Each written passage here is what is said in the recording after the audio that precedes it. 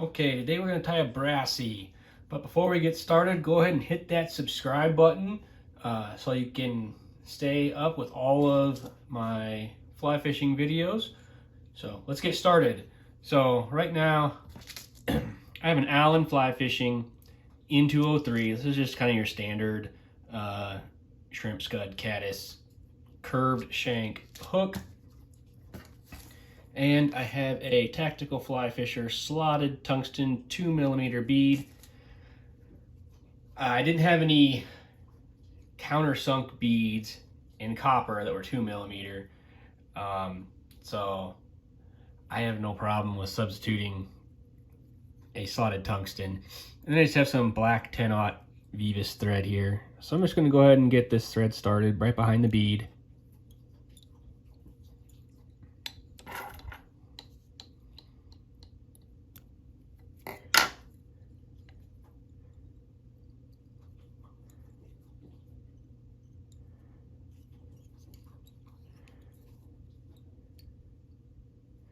I'll kind of make sure that that bead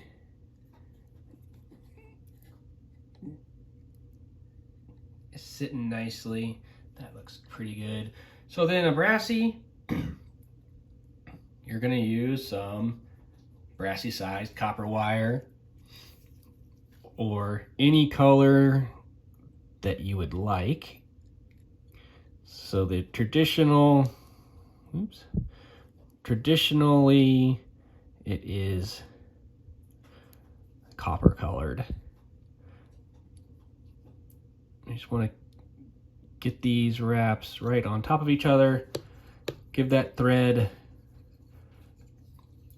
a counterclockwise spin so it gets nice and flat. And you just take your time coming back down the bend. Anyways, any color can work. You can tie these in red, blue, black, chartreuse, whatever you really feel like. So I don't like going too far down the bend. About there is as far as I like going. I don't want to get too much in the way of where this hook is going to hold that fish. So then I just give it some nice turns so that that thread is nice and flat.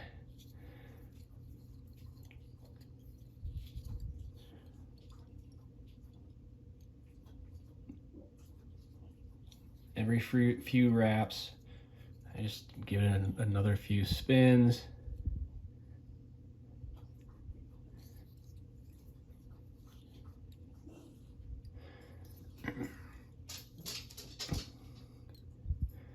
Until I'm maybe like that, a little ways behind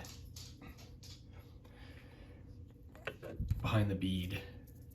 So here's where we start making our wraps.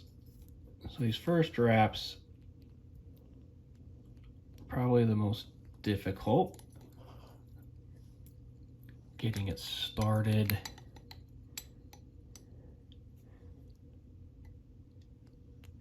We want these to be nice, touching wraps.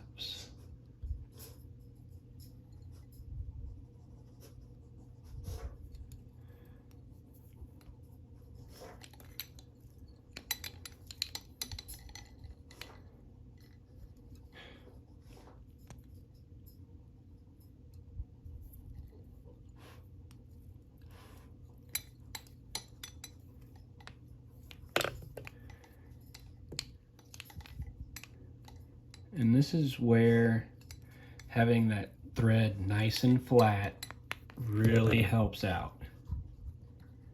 It will let that wire seat right next to the previous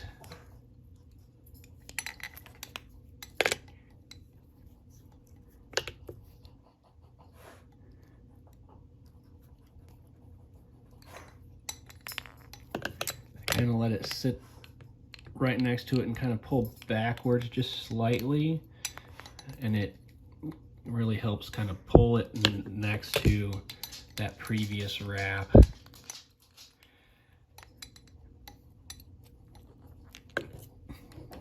Although at the end of the day, if you have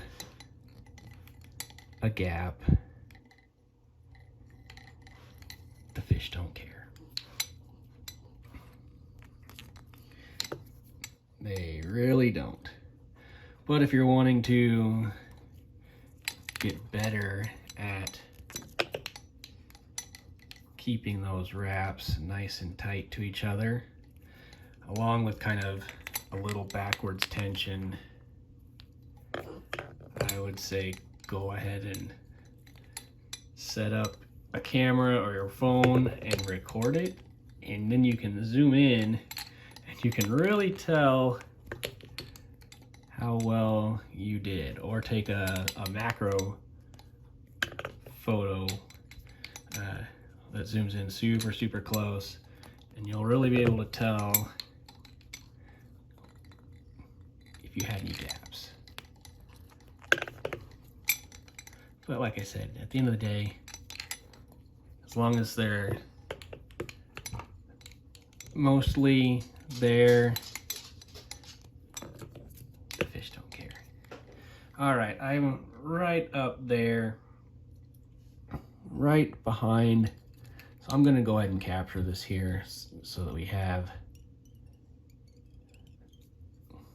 plenty of room for our thorax. Just a couple wraps. We want to be mindful of our wraps here.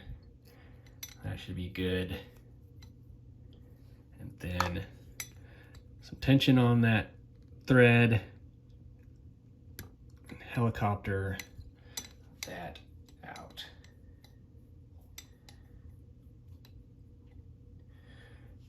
I really like these little bands that you can get on these.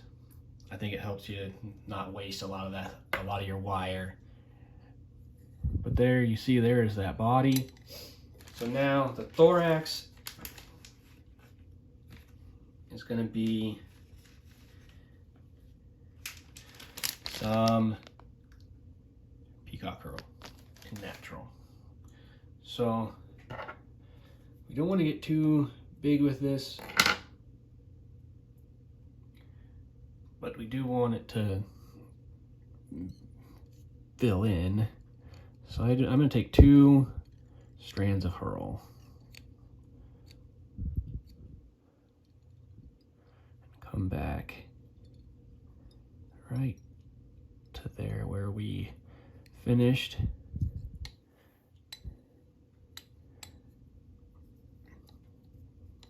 And I like to just twist them just a tiny bit, just so that they're good and together.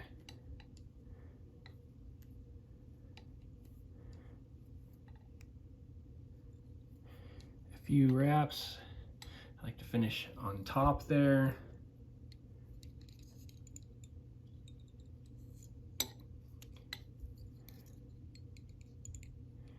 Wrap in front, wrap behind.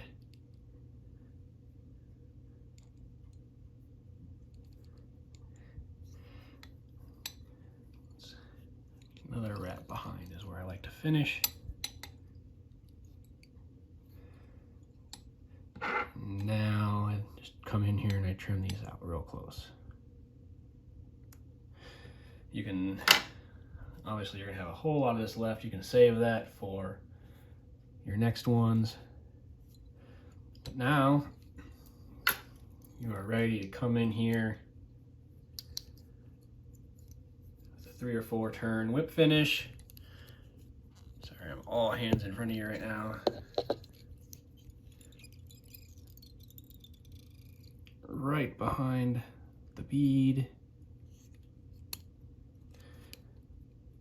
With this fly, you're not trying to get any hot spot or anything. For durability,